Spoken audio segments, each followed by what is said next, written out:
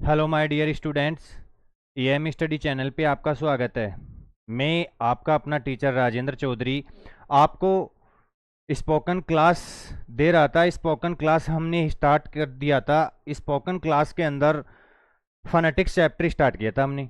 Fanatics chapter में सबसे पहले अगर कोई स्टूडेंट्स इस क्लास को देख रहा है तो मेरा कहना यही रहेगा कि पहले वो इससे पहले वाली क्लास को देख के आए, क्योंकि पहले वाली क्लास में फनेटिक चैप्टर का जो भी बेसिक था वो मैंने करवा दिया था। फनेटिक की डेफिनेशन बता दी थी, फनेटिक ट्रांसक्रिप्शन की डेफिनेशन बता दी थी, साउंड सिस्टम क्या होता है उसके बारे में समझा दिया था। एक मीनिंग आई थी अपने पास, फनालॉजी। फनालॉजी क्या होता है? Study of sound system. और मैंने बताया था कि ये वन वर्ड में भी पूछे जाने वाली मीनिंग है, तो आपको इसका ध्यान रखना है। एक मीनिंग अपने सामने आई थी, मोनोथोंग। मोनोथोंग, मोनो का मतलब एक होता है, कहने का मतलब ये है जो भी साउंड अपना निकलता है वो केवल अगर एक वाउल से निकलेगा तो उसको मोनोथोंग बोला जाएगा। और एक मीनिंग थी डिप्थोंग। डिप्थोंग क्या होता है? डाई का मतलब डी आई, जिसको डाई पढ़ते हैं, डाई का मतलब ही दो होता है।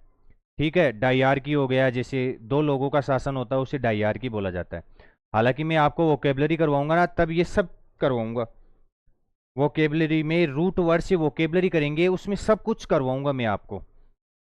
और हमने क्लास स्टार्ट कर दी है, आपको ध्यान से देखना है, क्योंकि कहा भी जाता है, और मैं हमेशा ऑफलाइन क्लास में भी शायरी सुनाता रहता हूँ, यहाँ पे भी मोटिवेशनल शायरी सुना देता हूँ आपको, कि तेरे तर्कस में जितने तीर है वो चला के देख ले।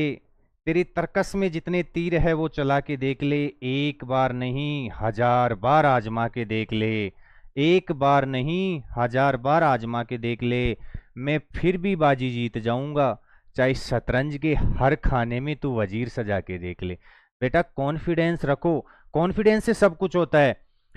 अब धीरे धीरे अगर आप रेगुलर मेरे साथ में क्लास ले रहे हो तो धीरे धीरे धीरे धीरे आपके पास इतना कलेक्शन हो जाएगा। वोकेबलरी का हो गया, चाहे आप ग्रामर का मान लो, चाहे आप इडियम फ्रेजेस का मान लो, अपने फ्रेजल वर्ब का मान लो, किसी का भी मान लो, आपके पास धीरे धीरे कलेक्शन होगा। और बेटा बूंद बूंद से घड़ा भरता है।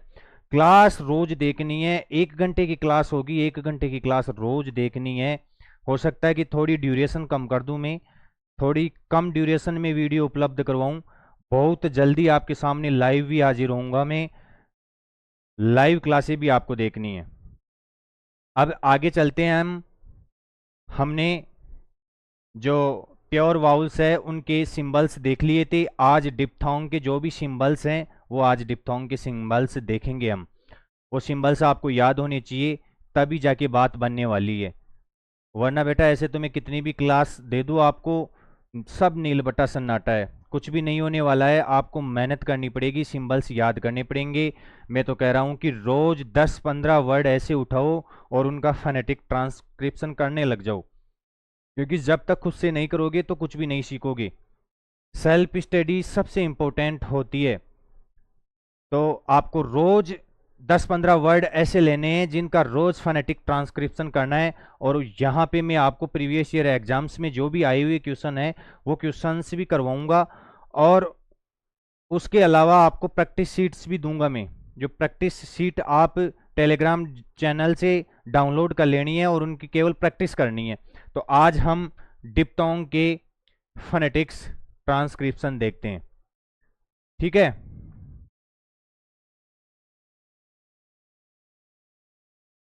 प्योर वाउल्स के कल देख चुके थे, आज डिप्थोंग्स के देखेंगे। देखो, ये 12 अपने प्योर वाउल्स होते थे और ये 8 डिप्थोंग्स होते हैं। तो दोनों को मिला के 20 हमारे पास वाउल्स की संख्या रहती है, और कॉन्सोनेंट्स की 24 हो गई। टोटल मिला के 44 साउंड्स होते हैं। वो हमारी क्लासों में फोनेटिक्स चैप्टर में कवर करेंगे हम। Any problem? आगे चलते हैं। देखो, सबसे पहले ये वाला सिंबल यहाँ पे मैंने बना रखा है, ये ए को रिप्रेजेंट करता है और ये ई को रिप्रेजेंट करता है। तो ए के लिए कौन सा सिंबल हो गया अपना, ये वाला सिंबल हो गया। ए के लिए ये वाला, क्योंकि ये ए के लिए, ये ऊ के लिए। आई के लिए ये आ का हो गया, ये ई का हो गया। और ये आ का हो गया, ये ऊ का हो गया, आऊ हो गया। ये ओ का हो गया, ई का हो गया, ओ ई हो गया। और ये ई का हो गया, और ये ए का हो गया, तो ई ए का साउंड हो गया ये ए का हो गया, ये ए का हो गया, ए का हो गया। ये ऊ का हो गया, और ये ए का हो गया। ये आठ आठ डिप्थोंग्स के सिंबल्स हो गए हमारे सामने। इन सिंबल्स को बार बार देखना है, याद करना है, क्योंकि आगे बार बार आपको देखने की जरूरत ना पड़े, नोटबुक में लिख लेना है। और ऐसी टर्मिनोलॉजी अपनानी है कि आपको ज़्यादा से ज़्यादा क्लास में ही याद कर लेना है, बार बार देखना है। ये ए का हो गया, ये ई का हो गया, ये ए का हो गया, ऊ का हो गया, आ का हो गया, ई का हो गया। और ये आ का हो गया, ऊ का हो गया। ये ओ ई, ये ई ए, ये ए और ये ऊ ए। ये 8 डिप्थोंग्स हो गए। इनके फोनेटिक ट्रांसक्रिप्शन के लिए साउंड्स के सिंबल्स आपको याद करने हैं। आगे देखो,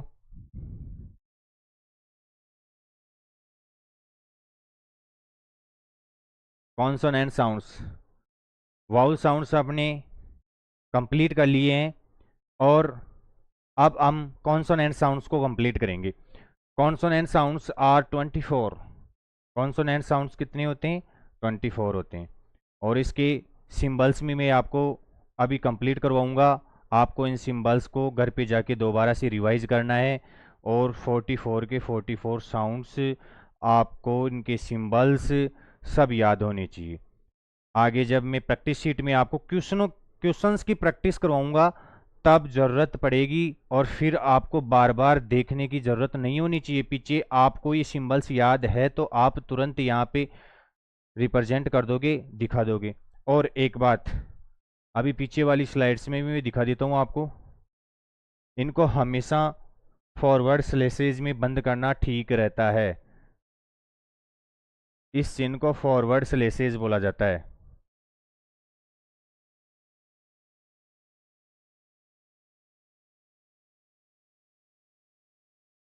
जो ये वाला चिन्ह बनाया गया है, इस चिन्ह को फॉरवर्ड स्लेसेज बोला जाता है।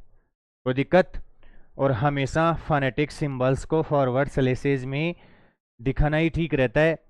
वैसे कोई बाध्यता नहीं है कि आप ऐसे दिखाओ ही। अगर आप ऐसे भी लिखते हो, अगर बनाया गया है कुछ इनके दिखाने का, रिप्रेजेंट करने का तरीका है, तो अपन उसी के अनुसार चलेंगे। हम अपने हिसाब से कुछ भी नहीं करेंगे। तो इसमें फॉरवर्ड स्लेसेज में इनको लिखना ठीक रहता है। और आगे से मैं जब कभी भी किसी भी मीनिंग का फोनेटिक ट्रांसक्रिप्शन करूंगा, तो उसको फॉरवर्ड स्लेसेज में ही लिखूंगा। और आपको एग्जाम्स में जो क्वेश्चंस भी मिलेंगे, वो क्वेश्चंस भी आपको फॉरवर्ड स्लेसेज में ही मिलेंगे। इनका फोनेटिक ट्रांसक्रिप्शन फॉरवर्ड स्लेसेज में ही मिलेगा। तो ये फॉरवर्ड स्लेसेज में लिखना अनिवार्य है। वैसे कोई अनिवार्य नहीं है, बाध्यता नहीं है, लेकिन फिर भी लिखना ठीक रहता है। आगे देखो, ये हमारे पास 24 कॉन्सोनेंट्स साउंड्स के सिंबल्स है, और इनको आपको याद करना है। सबसे पहले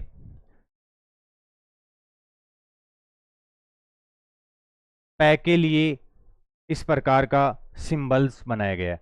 ये पैक अल्फ़ाबेट नहीं है, मैं फिर से बोल रहा हूँ, ये अल्फ़ाबेट नहीं है, ये साउंड है। ये पै, इस पै के साउंड्स के लिए ये पी बना दिया गया है, सिंबल्स है ये।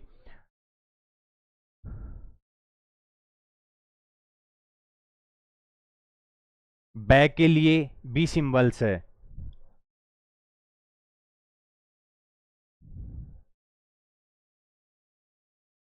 ये टै के लिए हो गया।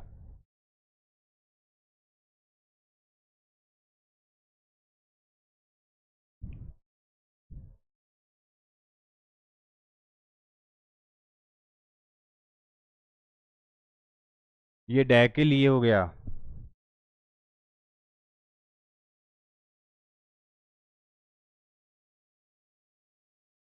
ये कै के लिए हो गया।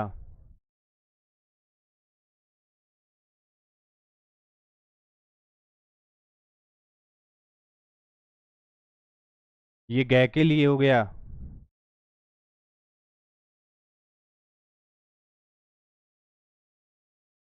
ये मैं के लिए हो गया,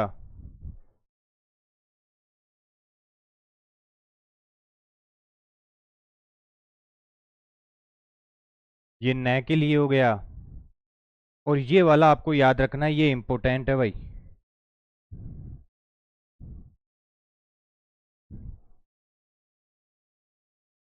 ये वाला, ये एन आकार का है, ये किसके लिए प्रयोग में लिया जाता है, स्टार बना देता हूँ, इसका मतलब याद रखना है।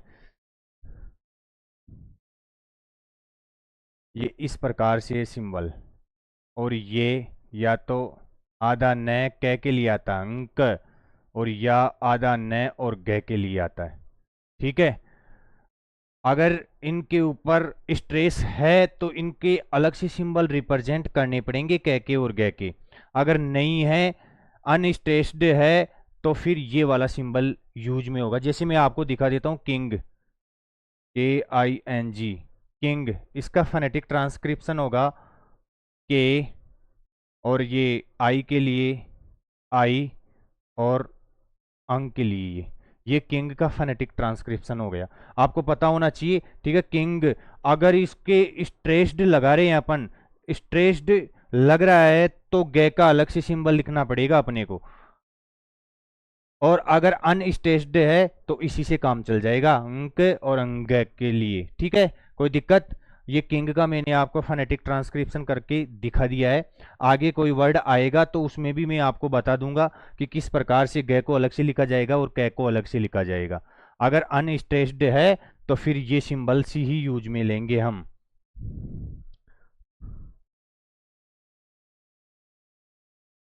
आगे का,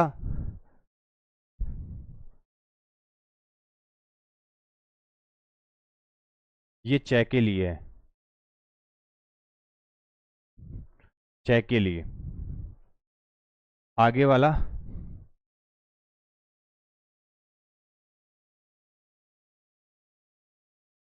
ये जय के लिए, जय के लिए। जय के दो सिंबल्स पढ़ने पड़ेंगे आपको। दो सिंबल है, एक ये वाला भी जय के लिए उपयोग होता है, लेकिन ये जो उर्दू भाषा का जय होता है, ज ज, यहाँ पे आपके कंठ में झनकार उत्पन्न होनी चाहिए, ज ज, और ये जय जय, ये जिह्वा से निकलना चाहिए ये वाला जय, उसके लिए ये वाला सिंबल है। और ये झनकार वाला जय, झ ज, उसके लिए ये वाला है, जेड वाला, ये जेड वाला सिंबल है। ये फोनेटिक ट्रांसक्रिप्शन है बेटा, ये अल्फ़ाबेट्स नहीं है, ये साउंड्स के सिंबल्स हैं। मैं फिर से बता रहा हूँ आपको, बार बार इसी बात पे जोर दे रहा हूँ, तो आप समझने की कोशिश करो, इनको अल्फ़ाबेट्स मत समझ लेना, ये सिंबल्स है। ओके, ये अपने जे का हो गया, और